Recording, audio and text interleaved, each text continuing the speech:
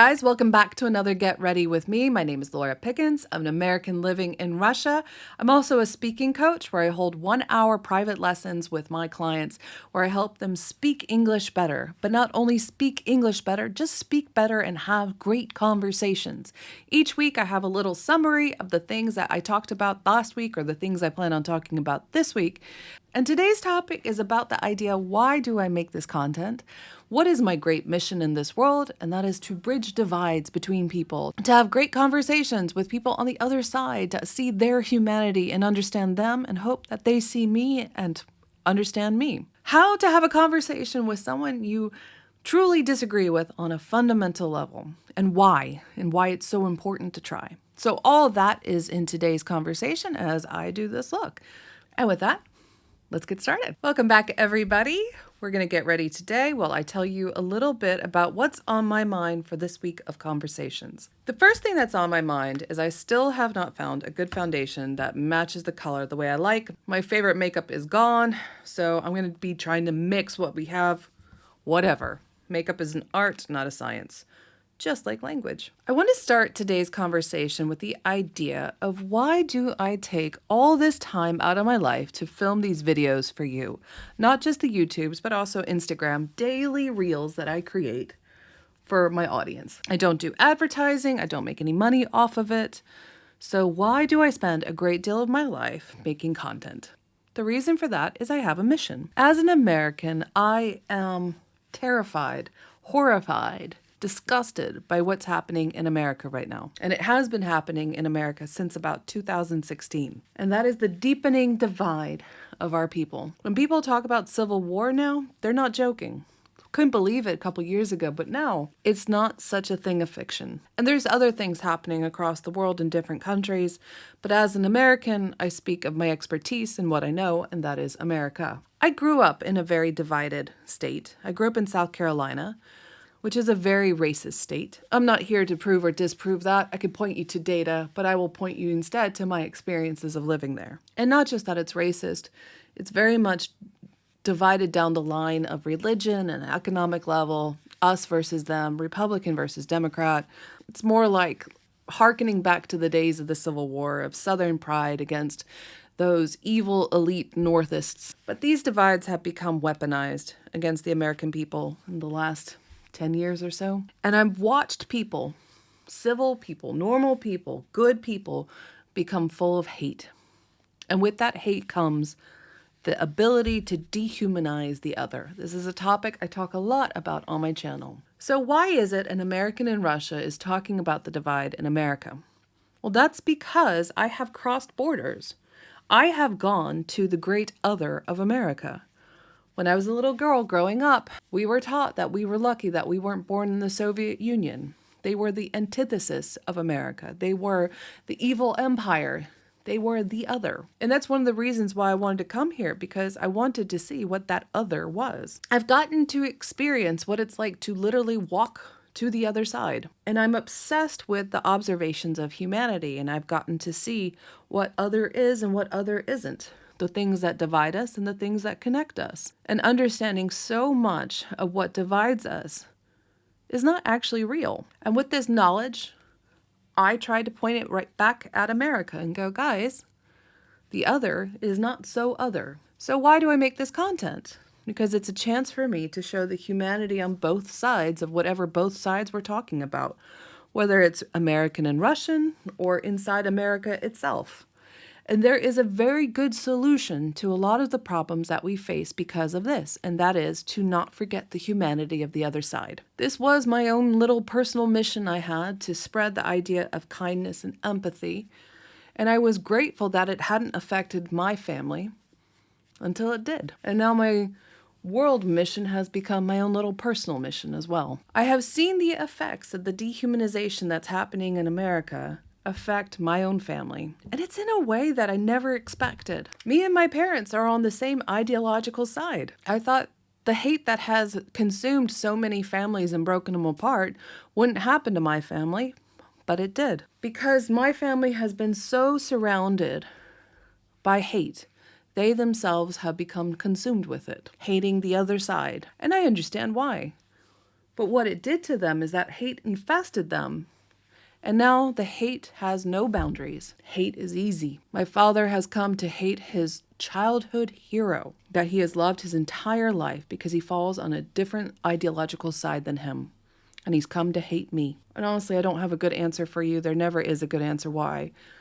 But one of the easiest answers is because he's grown accustomed to hate. In my working to deal with it, I found a very interesting channel. It's called the Very Necessary Conversation Pod. It is an extraordinary thing. It is a podcast of a daughter and a son with their parents. 1 hour a week, they record conversations, questions and answers. The father and mother are on different ideological sides from the children. And this podcast is the son's attempt to bridge the divide, very much like my own mission, to try to find a way back to his father and his mother to see the humanity on both sides, both for himself and also for them. And this podcast really illustrates exactly what I'm feeling in my own life, both personally and on a larger scale. There are a lot of ways that we are being divided right now, being told that the other side is evil, that they're amoral, that they're even demonic. And the problem is that we believe them. Because no matter what side you're on, it's easy to believe that you're on the side of justice and right, and that the other side are so evil that anything that you believe is okay. Anything that you wish upon them is okay because they are so amoral and so wrong. But the people on the other side see themselves exactly the same way. And then we all stop listening. Because why should you listen to someone who's evil? Now, I'm not immune from this. There are some things happening on my other side that I think are just downright evil. Hurts me to my soul, to my core. So how can I find humanity with people who are doing what I consider to be evil? I myself have made it a point to tell myself that these people are righteous in their own mind, that they are fighting what they consider to be the good fight. So I just need to understand them at their level so that I can reach them. So maybe they can hear me and see that my side is also fighting for what is right and good. We are not evil. We are not stupid. We are not crazy. It is so easy to look at the other side and go, they're a bunch of evil, stupid people. Truth is I've actually met evil and stupid people. I have met people that truly do enjoy harming others. I have met people whose entire purpose in life is to create chaos and to take as much as they can for themselves. They are a rare breed. There are people who are misinformed. There are people who are lazy and haven't read enough or been exposed to as much. There are people who are not experts pretending to be experts. There are misguided. But more than that, most people are just in pain. Most people have something that they are suffering with in their own life and have very few options on how to avoid that pain or to heal that pain. What I see the problem is that when people are stuck on their side, it becomes a thing of ego. Their identity, their purpose in life is wrapped up with whatever side they identify with. And once they identify with a side, anything that side does has to be by definition correct. They are unable to question their own side because it becomes a thing of ego. They can't question their ego. They can't question their identity because then what? And that's the problem. It's impossible to see the other side because to see the other side somehow invalidates them personally. I am always, when I talk about these things, talking about myself. I find myself entrenched in my side, and I find myself looking at that other side and feeling distraught, a lack of hope, anger, intense anger. These things I'm telling you are things I've taught myself to try to find a way forward because for so long I couldn't see a way forward. I couldn't see anything but our two sides just warring at each other until complete destruction. Maybe it's still inevitable. Honestly, some days it feels like there's no way to avoid what's about to happen. But that doesn't mean that I don't want to try, at least in my little circle, to fight it. And my little circle is, by definition, my family. So this podcast is exactly the same thing. It is all the things that tear us apart as a society, but looking at it at the microscopic level of what's happening in the family unit. Why do people become hateful? Because they feel powerless. We are all essentially powerless. Even the most powerful of us is essentially powerless. We can't stop the march of time. We can't control how others feel or think. We can't change the bad things that happen to us. And bad things have happened to us, to each and every one of us. Each and every person you will ever meet has gone through something very terrible in their lives that have shaped who they are as an adult. That is the reason why most of us do what we do. It's because of our, and I know people roll their eyes, it's childhood trauma. Of course it's childhood trauma. We are animals. We are born to survive, and we each develop our own techniques on how to heal the damage that was done to us. Nobody has ever lived a perfect life. So each of us would love some sympathy, some understanding, some patience in the ways that we are broken because of our traumas, but we have to give that same patience to others. There is a secret to great conversations, and that is essentially what I'm talking about. When I talk about building a bridge to the other side, it's through communication, it's through conversation. The greatest secret to becoming the greatest conversationalist you can be is to be the best listener you can be. When I talk to someone from the other side, my ideological other side, I listen. I truly listen. I don't think they're crazy. I don't think they're evil. I try to understand what their pain is and how they're trying to ease their pain.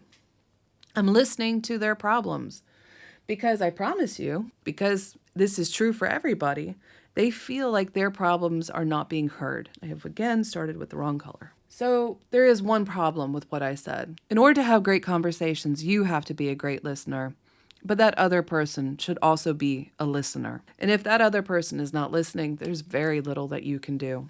If one person is not listening, if they're not pausing to listen to the other side and absorb new ideas and to process new thoughts, it's not a conversation, it's a monologue. And I still see value in that, hearing the thoughts of other people, to see them as more than just two-dimensional characters as a sparring partner. But when I listen, I can ask them questions that dive deeper into actually who they are. And when people feel heard, they feel safe. And when they feel safe, they're more inclined to listen. I'm watching this podcast, and the father is just very lost man. So much so that he can't joke with his kids and was even able to say that if his daughter got shipped away, serves her right, without any remorse. I personally feel that. I don't know what to do when someone has lost so much of their own humanity that they feel nothing at the threat of something bad happening to their own child. I don't understand that. I don't want to understand that. But in the effort to try to understand that, I'm finding some path to the other side. My heart is absolutely broken. My heart is broken for what has happened to the people of my country. My heart breaks every time I watch this podcast. And my heart breaks every day because of what's happened in my own family. We have become very hateful. We have become very okay with the thought of hate. My content attracts a lot of hateful people in my comments on Instagram. There is, of course, the joke, never ask God for patience, because he won't gift you patience. He will gift you opportunities in which to learn patience. I asked God for kindness. That was a mistake. I was not given kindness. I was given a very, very mean world in which I have been tested to see how far I can make kindness go. I absolutely love people. Can you imagine?